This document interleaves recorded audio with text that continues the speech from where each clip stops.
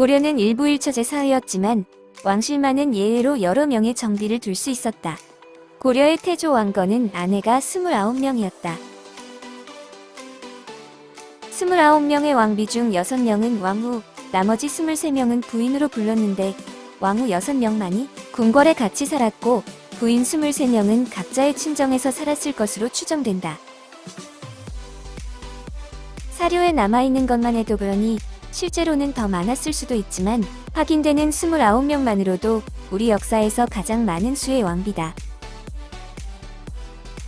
고려는 태조에서 공양왕까지 34명의 왕이 있는데 왕건을 제외한 나머지 왕들은 아내의 수가 평균 3.2명에 불과하다.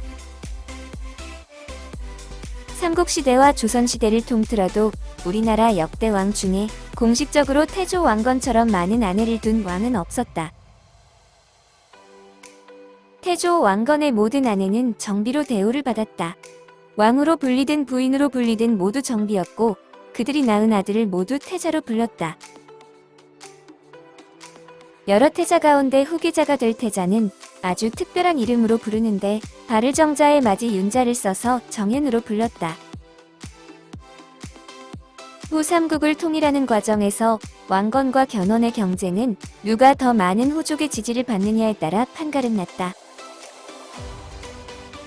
고려 태조 원년 왕건이 궁예를 몰아내고 즉위했을 당시만 해도 견훤은 이미 18년 전부터 후백제를 세우고 세력을 확장하고 있었으며 군사력에서도 앞서 있었다. 왕건은 호족들을 자기 편으로 끌어들이기 위해 노력해야만 했다.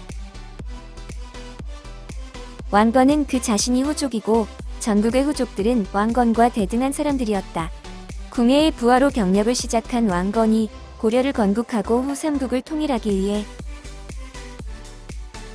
견훤과 싸우며 신라를 계속 의식해야 하는 상황에서 가장 중요한 것은 각 지방에서 독립 세력으로 존재하던 호족들의 지원을 받는 것이었다.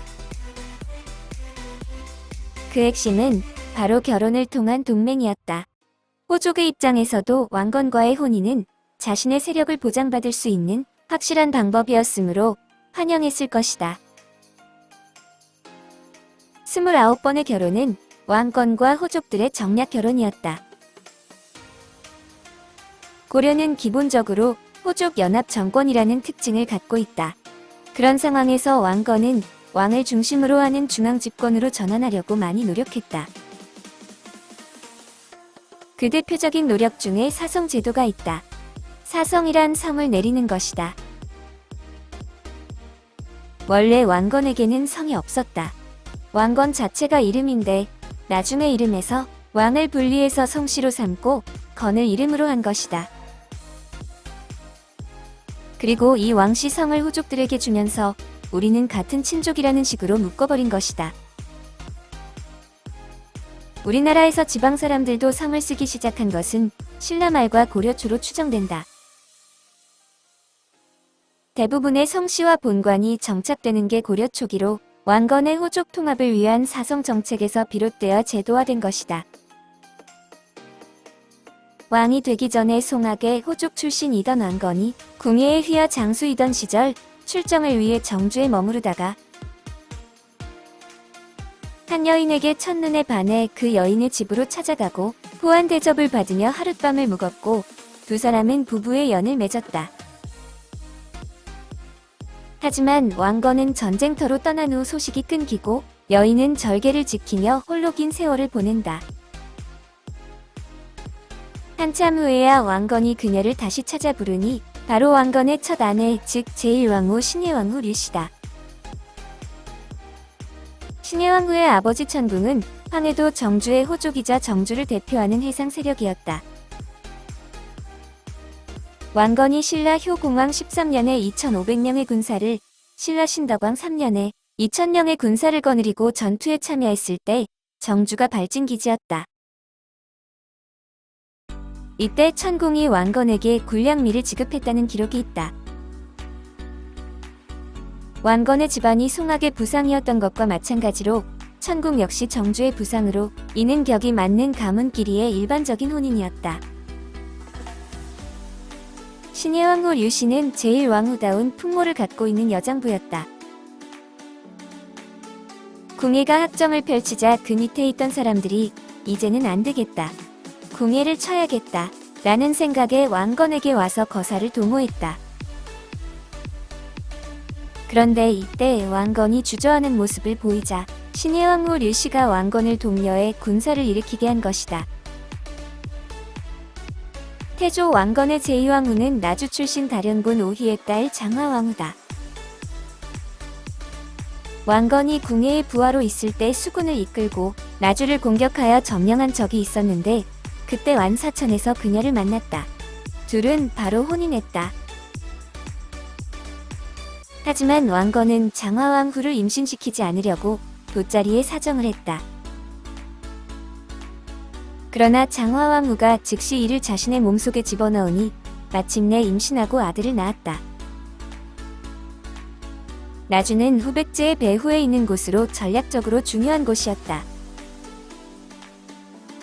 왕건이 나주에서 후백제군과 전투를 벌이기 위해서는 나주 지역의 토착 호족 세력으로부터 도움을 받아야만 했다. 왕건으로서는 적지나 다름없는 곳에서 자신을 도와줄 사람이 절실했다. 장화왕후 오씨의 아버지 다련군 오희는 나주 서남해 안의 해상 세력이라는 점 정도가 기록에 있는데 벼슬도 없었고 대단한 집안은 결코 아니었다. 그런데 이때는 왕건이 왕이 되기 전이었다. 닥친 상황을 타개해야 하니까 가문의 격은 좀 떨어지더라도 결혼을 한 것으로 추정된다. 물론 오희 입장에서는 가까운 후백제를 적대하며 멀리 있는 왕건 편에서는 모험을 한 것이었다. 세 번째 결혼부터는 왕건이 왕위에 오른 다음 호족들을 자기 편으로 끌어들이기 위해 실시한 정략 결혼이었다. 제3왕후 신명순 성왕후 유씨는 충주 사람 유금달의 딸로 당시 충주는 후 삼국의 쟁패에서 매우 중요한 전략적 요충지였다. 계속해서 태조 왕건은 주요 지역 호족의 딸과 결혼했다. 신라가 항복해 오자 경순왕의 딸과 결혼하여 옛 신라 사람들의 민심을 달래는 것도 잊지 않았다. 태조 왕건은 모두 25남 9녀를 두었다. 그런데 제1왕후 신예왕후에게 아들이 없다 보니 제2왕후 이하 여러 아내의 소생들이 경쟁하는 상황이 만들어졌다. 제3왕후 신명순 성왕후는 왕비 가운데 가장 많은 5남 2녀를 낳았을 뿐 아니라 그 친정은 충주의 대호족으로 새 왕의 외척이 되기에 손색이 없었다.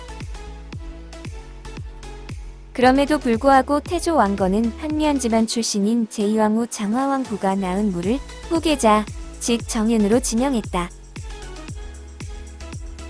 태조 왕건은 박술희를 시켜 장화왕후에게 황포를 전하면서 이 황포를 가진 오씨의 장남무가 자신이 바라는 차기 왕이라는 뜻을 전했다. 뜻을 알아챈 박술희는 물을 정윤으로 책봉하자고 주장하기 시작했다. 태조 왕건은 박술희가 강력히 주장하니 검토하지 않을 수 없다고 하면서 처음 자기 의지대로 물을 정윤으로 자연스럽게 책봉하는 데 성공했다. 고려 태조 4년, 무가 10살 때의 일이다. 태조 왕건은 무가 배경이 약한 건 사실이지만 장기적인 정치적 안정을 위해서는 장자계승의 원칙을 세울 필요가 있다고 판단했다. 그래서 무를 정윤으로 일찍 책봉한 것이다. 태조 왕건은 무를 아꼈지만 나중에 자신이 죽으면 무가 자리를 지킬 수 있을지에 대해 불안했다. 그래서 무에 대한 후견 세력을 키워서 그를 보호하게 했다. 무를 강력한 호족의 딸과 정략 결혼을 하게 한 것이다. 또한 박술희와 경기도 광주 출신의 호족을 후견인으로 세워 보호해주려는 모습도 보였다. 고려 태조 26년 5월 태조 왕건이 병석에 누웠다. 그리고는 67세로 세상을 떠났다. 비록 무의 배경은 약했지만 이때 정인을 바꾸지는 못했다. 결국 무가 태조에 이어서 왕위에 오르는데 그가 바로 고려의 제2대왕 혜종이다.